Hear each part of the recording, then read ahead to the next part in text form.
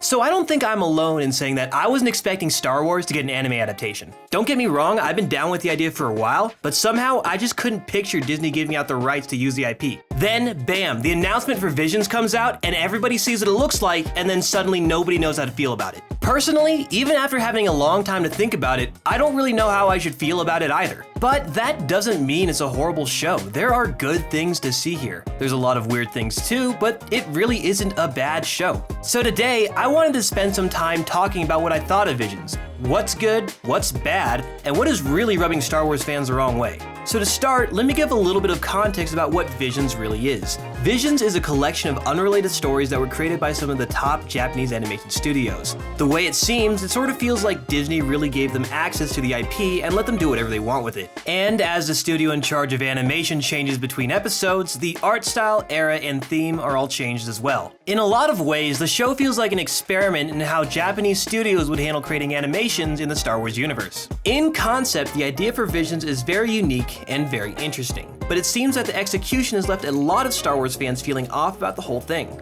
On one hand, it's great to be getting new Star Wars content, especially since it's opening up an entirely new medium for the franchise as a whole. But on the other, it feels like a lot of liberties were taken and much of the presentation seems to stray a little too far from the source material. This is probably the biggest complaint about the show. A lot of the animation, art, and design of the show is phenomenal until it's put into the context of Star Wars. Now I know that Star Wars has had a colored history with the non-canon Legends material that has come out, but for the most part, everything has made a considerable effort to stay as close as possible to the original aesthetic and spirit of the canon movies and shows. When the creators of Star Wars were first designing how the universe was going to look, they wanted everything to feel foreign. They wanted to have as few things as possible be recognizable. The Star Wars galaxy was meant to be a world that shared almost no similarities with our own. And this is what really established the unique identity that Star Wars has. So when the animators started to put in Edo period Japanese architecture, katana-shaped lightsabers, guitars, and a bunch of other things from the real world, the experience was, understandably, jarring. And I know someone is out there saying, "Oh, when Star Wars was being designed, it took inspiration from Japan." But I know that already. The thing is, even with those influences, Star Wars still carved out its own unique style and aesthetic that used its influences to create something that belonged in an alien galaxy. Sure, there are some similarities that are unavoidable, but when given the opportunity, Star Wars has always made an effort to avoid including any object that can be identified as something already on Earth. Even within the same episode, many of the episodes felt as if they were jumping between the world of Star Wars and the world of anime.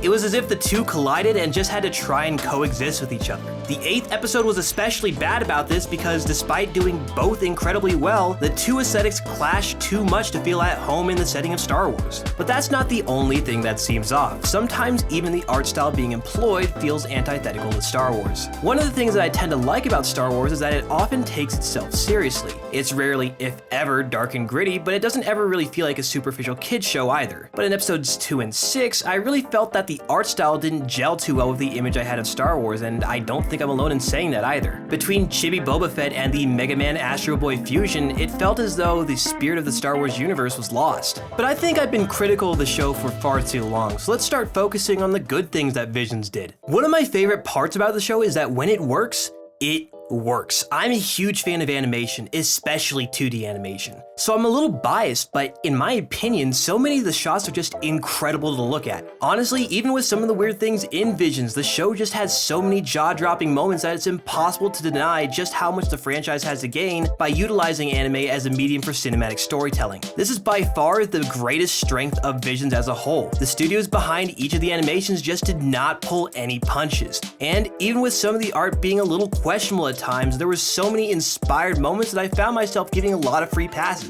I know that I made some comments about how the art style can clash too much, but some of the most incredible shots have come from the episodes that were most guilty of this. Episode 1 probably has the most unique art style out of the entire series. And what's even weirder is that even though I've done a lot of complaining about the aesthetics of Visions, I think that the first episode blends the Star Wars and Japanese influences perfectly. I think that the reason I feel this way about it is because instead of having half the designs look like they're from Star Wars and the other half look like they're from anime, episode 1 incorporates both into every single design. The characters, the houses, the bandits, the villagers, they're all a blend of both. It almost feels psychotic to me that I actually like it so much. But it's not the only episode that looks beautiful. Another example of the sheer prowess of these animation studios is actually one that we've gone over already. I know I've given episode 8 a lot of criticism, but honestly, that was only half of the story. Sure, I'm not a fan of the Bunny Girl Jedi, the ancient Japanese architecture, or the ninjas with giant shurikens, but when it shows off the parts that actually look like they belong in the galaxy, it hits